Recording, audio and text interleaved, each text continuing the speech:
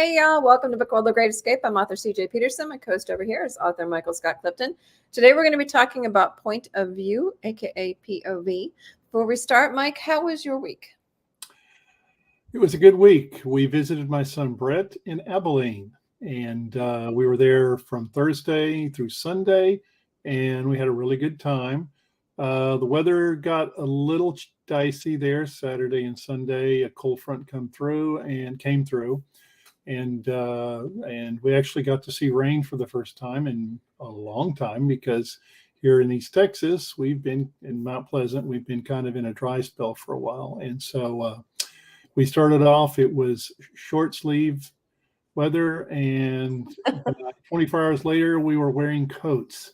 And the old saying as it is, in Texas, if you don't like the weather, just wait, because it'll change. And that was true. Melanie and I will be at the Tyler Comic-Con this Saturday and Sunday, and it will be held in Tyler, Texas, at the Cascades Country Club Event Center. And the Cascades Event Center is a great facility. We've both been there before, CJ and I, at previous Comic Cons there. So that's the one that Brett Mitchell and his daughter run, right? Mitchell, yeah. Brett Mitchell does that. Brett is an artist from Tyler. Really Yep, really good artist. And he's been doing those Comic Cons for 3 or 4 years now, I think. Something like that. In Tyler.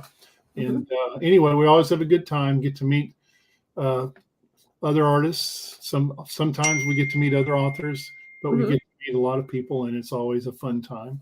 And then that's where we met Danielle McDonough the first time, wasn't it? Yep. And it's like it's not it's a smaller Comic-Con, but it's always well attended, and Brett does a really good job, and it's right down the road from us, so we enjoy going. And like I said, we do usually pretty good. And then in Mount Pleasant, which is where Melanie and I live, we have the Deck the Halls Holiday Bazaar, which is going to be on November 17th and 18th at the Mount Pleasant Civic Center here in Mount Pleasant. And always have a good time there. And again, it's just it's in the city, so we don't have to go, for once, we don't have to go a long ways to get to an event. And then December, let's see, on December 2nd and 3rd, we'll be going back to Abilene for the Abilene Comic-Con. This will be our second year to be there, and it'll be at the Abilene Convention Center, a very nice facility in Abilene. And that will be our last Comic-Con for the year. We have one or two more December events in December, but they'll be in Longview as well. So that's what we'll be doing, CJ. So. Awesome. Well, I agree with you with the weather. That said, if it changed, you don't like the weather, wait 5 minutes. We went to bed. When I woke up at middle of the night at like 4 or 5, it was 74 degrees on Saturday morning. And by the time I got up, it was 49. I'm like, wait, isn't not supposed to go the other way? Warmer, not colder. And then by like last night, we were 29, and it was raining all weekend, and it was brutal. It was cold. It was brutal. It was nasty. And this morning, woke up because I went and registered for classes for the spring. Had to wait to thaw the ice from the window first. And I should have known it because the ground was crunchy. So I'm like, but no, it was literal ice on the windows. Like I should have had a scraper for it, but I just kind of sat there and let my windshield wipers do the scraping, as I had it on like 80 to try to get it thawed. But yeah, no, not liking this. I forgot about college walking around campuses in the winter, that it's actually cold. I forgot about that. But yeah, no, that was rough. As far as stuff coming up for me on November the 10th at 10 o'clock, I'll be on DC Gomez's Inside the Minds of Authors. Super excited for that. And then I also have something else. Oh, on the 15th of November, remember, we will not have Book World next week. So we will not have it for the 8th, but on the 15th, we're going to be coming back because we're also gearing up for the holiday season as authors, and we're going to be talking about holiday marketing. So I will be sharing some tips and tricks and different ways to do kind of ads and what I do for it. There's simple ways of doing it, and then there's obviously there's always more elaborate ways of doing it, but it allows you to kind of get an idea of different advertising things throughout the holiday seasons, especially for, Black Friday weekend, because there's something pretty much every day for that one. So we'll be able to hit on all of those as you gear up for the holiday season. So authors do not miss that. That is on the 15th of November at 1:00. And again, we will not have any next week. And this week is currently being pre-recorded. So if you have any questions, please message us privately, and we'll be able to handle it. But we're not ignoring you. We promise it's pre-recorded. So for today, we're going to be talking about POV. Before we jump into that, I want to bring up different ways of point of view. The main ones we're going to be talking about today are first person, second person, and third person omniscient. And we'll explain what those actually mean.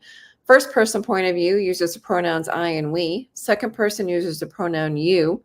Third person uses the he, she, they, and it. So there's lots of different ways to hit these. Mike, what's kind of the general overall idea that you have regarding point of view? So, the old saying about how some of the lessons that you learned best are learned the hard way. Yes. Well, I learned the hard way about POV, point of view, in writing.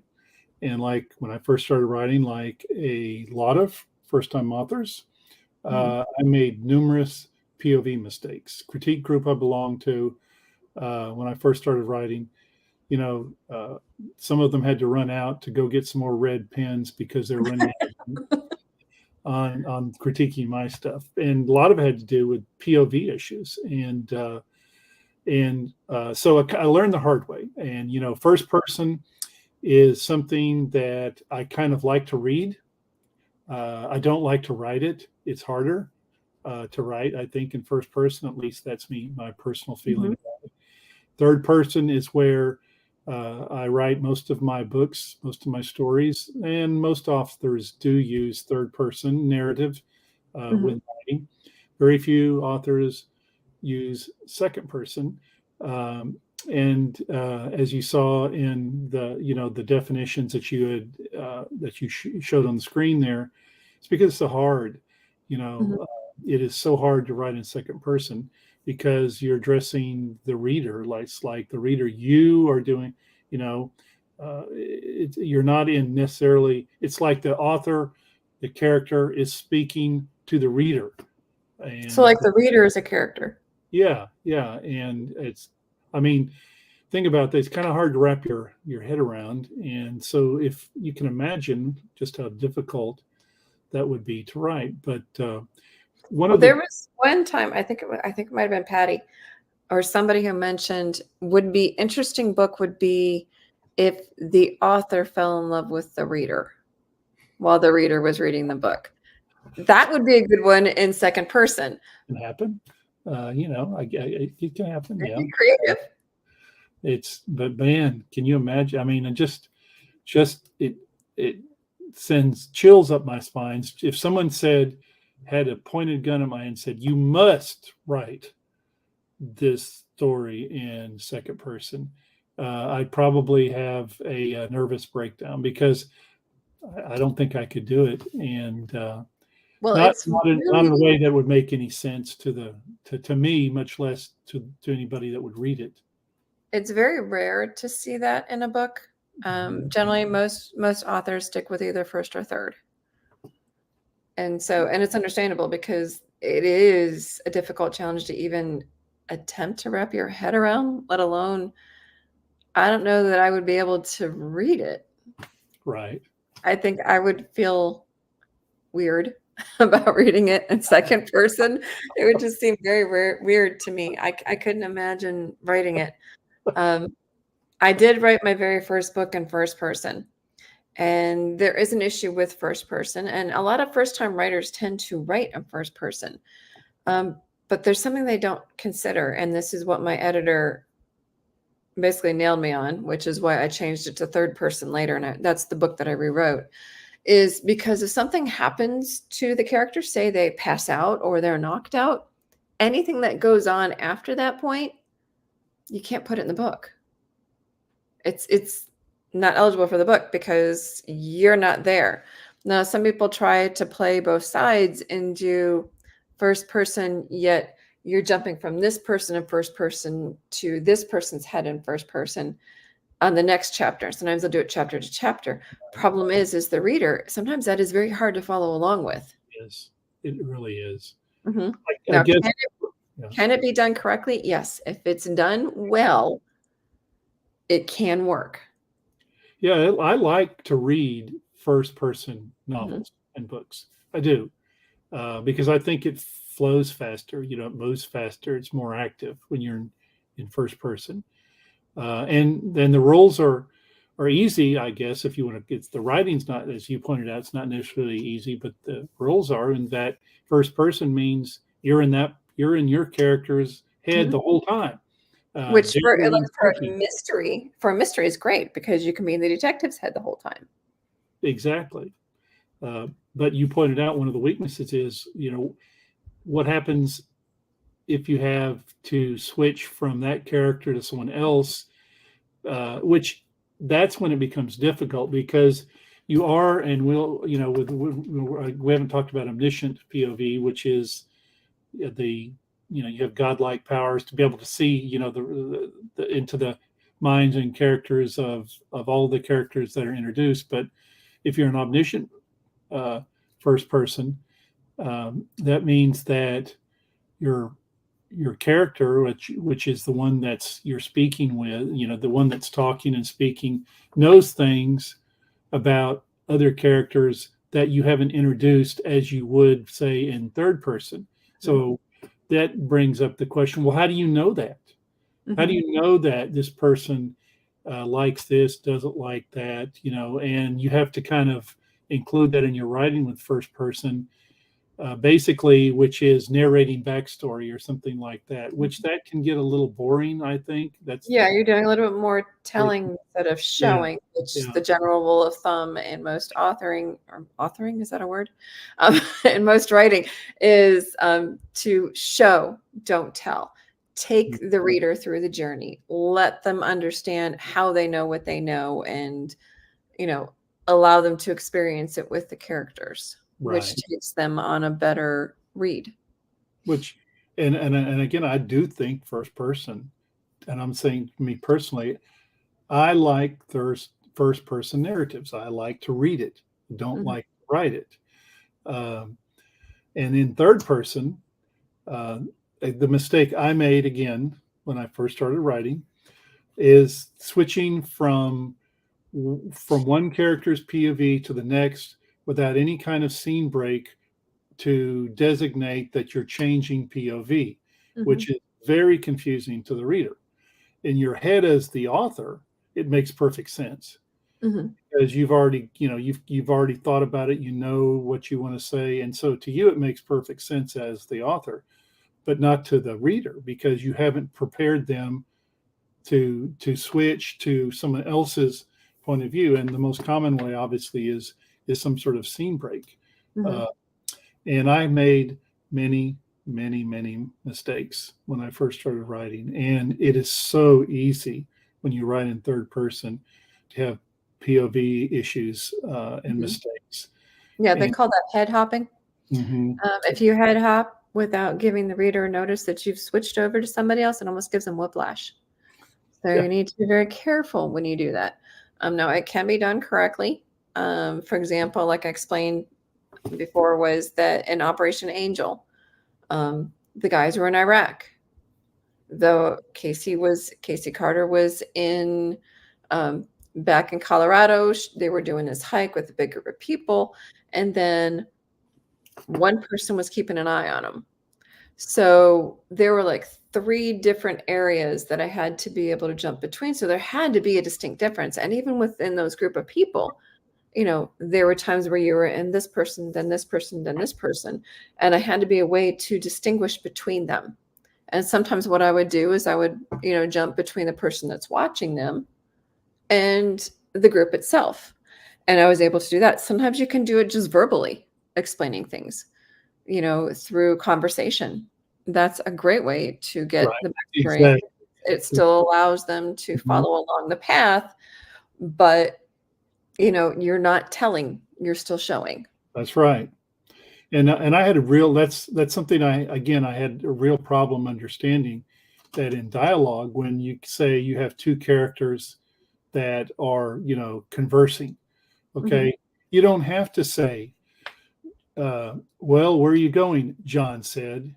mhm. "I'm going to the dance tonight," Chris said. "Well, that's nice," John said. Yep. "Are you taking anyone with you?" No, I'm going stag tonight, Chris said. When you have introduced your characters and you have dialogue, you can have this tit for tat back and forth conversation. The readers can follow it as Mhm. long as you don't cross them up with 2 responses from the same character without issuing uh, Well, yeah, and you who's can also put, like, an action. yes, Chris yes, ran his hands through his hair and then said, or Chris ran his hands through his hair and then put what he said, because that lets kind of just gently, especially if you're changing pages, it gently reminds them, okay, who's going next? Where am I at? So they don't have to like count it backwards. yeah, That's a thing too. You can do that too much. right. I do think one of the hardest things for me to do is to that I had to learn was to trust the reader. Hmm. When you do have that back and forth dialogue between a couple of 2 characters, you what if you've started the pattern of the conversation back and forth, there's Hmm. no need to readily identify each character for every single response. You can go from page to top of the page down to the bottom of the page in a conversation without a single dialogue tag, as long as this back and forth follows the pattern that you set at the top of the page. Which, and like you said, also, CJ, you can add description to some of the things that they're doing in a show way, not tell way, Hmm. uh, and that's perfectly fine as well. Um, and it's real easy, and we haven't talked about this, but it's real easy in third person to slip in omniscient POV, because again, in your mind as an author, Hmm. it all makes perfect sense, and you forget sometimes that, and again, I'm speaking of myself. You forget sometimes that the reader doesn't know these things because you haven't introduced it yet, Hmm. and that's what omniscient is. Just like you have these godlike powers that you can say and do things because you just know Hmm. as the writer, and but it can be very confusing if you get your POVs mixed up in third person because you leave the reader behind. Who's this now? Now who's talking? Where Uh, did this come from? yes, like When you did said, it begin? whiplash. Yeah, yeah. But it's kind of nice because in third person you can drop some red herrings Hmm. in the story. You can put a little foreshadowing into the story. Maybe they're not supposed to know this yet, whatever is going on that this character knows, or maybe a different character knows it and they kind of hint toward it. And that's the beauty. That's why I really like third person. It lets you get deeper into the characters, it lets you get into their minds, into their hearts, and into their souls, and lets you take the reader on a stronger journey, I think, than in first person. Definitely within second. We're just gonna like toss second out the window for right now and stick with first and third omniscient. Because yeah, the other ones, not so much. Um, there are some errors that can be made in all of them. Again, we've talked about several different things throughout these last few weeks. A lot of it depends on your style. Just make sure that your style does not confuse the reader, whatever that style is. Right. My style, my editor hates it. She tells her copy editors, because she's the content. She tells the copy editors, that's her style. Just trust me. I've told her for years. Just let her do it. And, and they do. They just let me do it. Because that's my style, and my readers are used to that style. Now Yeah. I change genres all the time, but my style stays the same.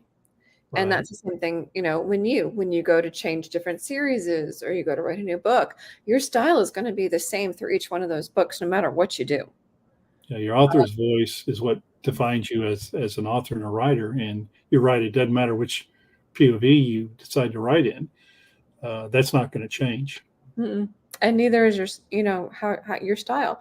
And that's what people actually like about the authors. So the point of view itself isn't as critical as the style, but with each point of view, there are advantages and disadvantages. So Right. you need to make sure that whatever point of view you're in, you know both of those, so you know which pitfalls to avoid and which things to take advantage of. Well, to me, and again, we've tossed second person to the curb, kicked it to the curb. First person, you can really, really, really get into the character and personality of your character, but it's very difficult to define the other characters, be Mhm. they of co-major character or minor characters, because you're stuck in the first person Mhm. of, So of that limits, there's right, limitations with right. first. And I liked what you said about third person. You do have much more flexibility because you can develop multiple characters, even minor characters, which we've talked about before in previous That's how some episodes. of my minor characters became major characters, and I'm Right, right. And because they were made interesting Mhm. because of being able to write in third person and being able to define them. Um, and as you said, sometimes those minor characters you don't even know. We've talked about, so you just as pantsers, Mhm. which we both are. Um, sometimes you start writing and you find that your minor characters have a lot more pop to them than you thought, and so they evolve into much more important characters, or maybe even lead into sequels or other books Mhm. that are now populated by the minor character or the minor characters, not their major character. And so you're Yeah, right. It's like pretty, the current series that I'm writing, there was in the first few chapters, there was a guy who seemed kind of insignificant, and he somehow is playing a very large part in the role in regards to the main character. And I did not intend that. It's just that's how it ended up, as well as another part where the little boy was the one who would deliver the food is now actually a spy. So it's like certain characters can start here and end up way up here. And some of them are like, "Oh, I only intended it to be for this book or whatever." And like, no, no, no. They tell you, "I'm staying. I don't care how you do it, but I'm staying." And you just let them go right. because they run the show. And as an author, you have to be able to have some flexibility in that Oh, because you're yeah. creating people.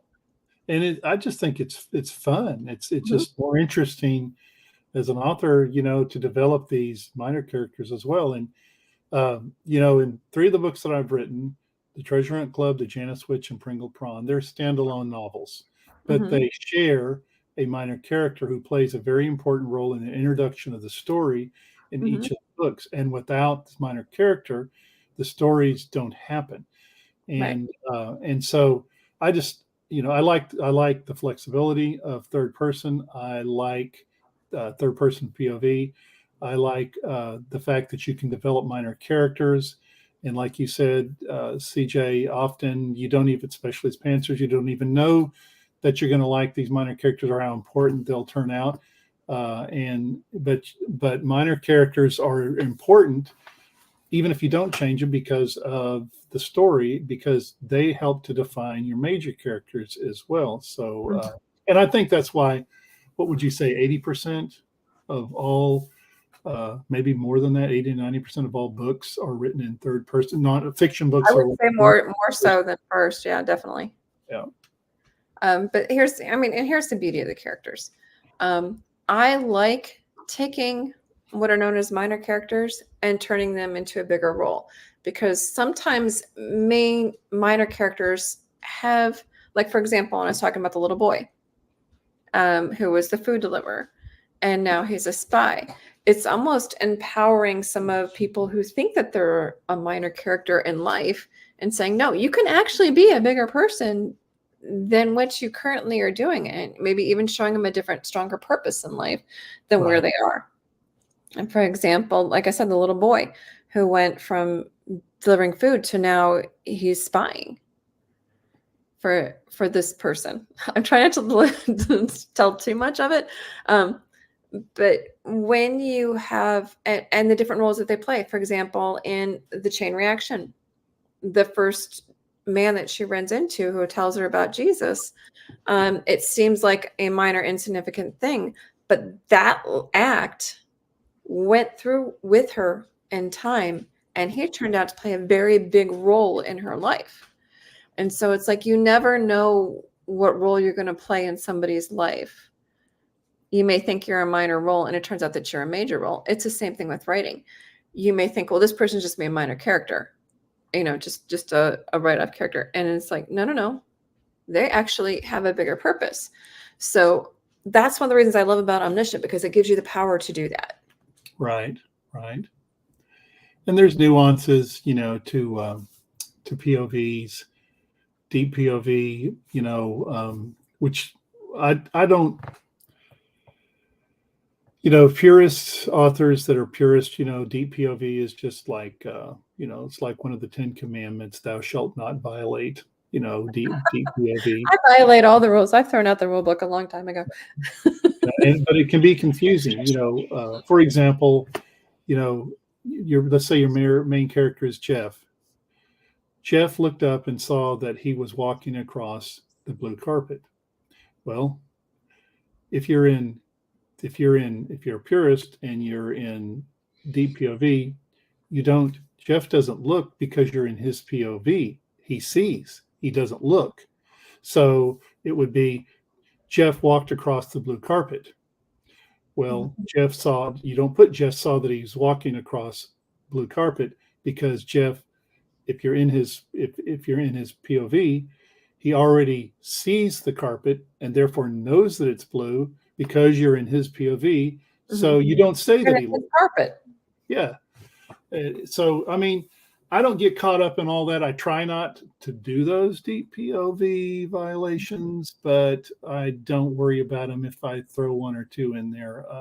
But I'm a lot better at avoiding those kind of pitfalls. But one thing, I'll say it real quick, CJ, that I've learned through being a person that does critiquing for other people's work, and I've been doing that for 2 or 3 years. And I've been fortunate to be able to critique some very fine authors, manuscripts before they were published, is that the story needs to be interesting. Your characters need to be interesting. And if you can produce that and you're not doing multiple confusing POV violations, don't lose any sleep over it, because, and this is what I'll write sometimes on some of the critiques that I do. You're not writing a term paper. Okay. You're writing a story. Exactly.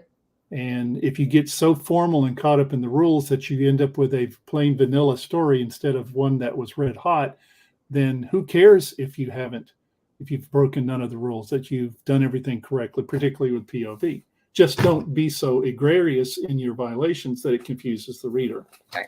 Well, it's kind of like with grammar. A grammar Nazi can rip apart any manuscript. Yes. But if you wrote correct to all the grammar rules, then it would be unrealistic, because people don't speak correct to all the grammar rules. Right. They don't act correct to all the grammar rules. So sometimes those grammar rules just need to go. Maybe not all of them, but enough of them that makes the story believable. It's the same thing sometimes with the POVs. Sometimes you gotta figure out which rules you can bend and which ones you can break and which ones you cannot. And once you figure that out, that will also, your style will help figure some of that out. Right. So, well, I hope you guys learned a lot over the last few weeks. Like I said, there's a lot of things to consider, but the biggest one is your style, your author voice, whatever that is. And nothing's really right or wrong. Well, no, that's not true. Some things can be wrong. There's a lot of gray. Let's put it that way. There's a lot of gray when it comes to writing, and you just kind of have to pay attention and figure out, okay, what are the ups, what are the downs, and kind of go forward with that. Like I said, my favorite is third person, because it allows me to go deeper into people's characters. If you're writing, say, a mystery, first person would be excellent, because you're following the detective. So you know literally everything that the detective knows, and that's helpful. Your other characters can hint toward things without necessarily messing up the POV. So there are creative ways of doing things. You just kind of have to sometimes figure them out to do it. Exactly. So as we said, next week there is no book world. We have some things going on, personal things, so we're not going to do book world next week. However, on the 15th, we'll return to be talking about the holiday marketing right before holiday marketing hits. So we'll give you some quick tips and tricks to allow you to share your work with the world during the holiday season and make sure it doesn't get drowned out. So in the meantime, have a wonderful week, and we'll catch you guys in 2 weeks on the 15th.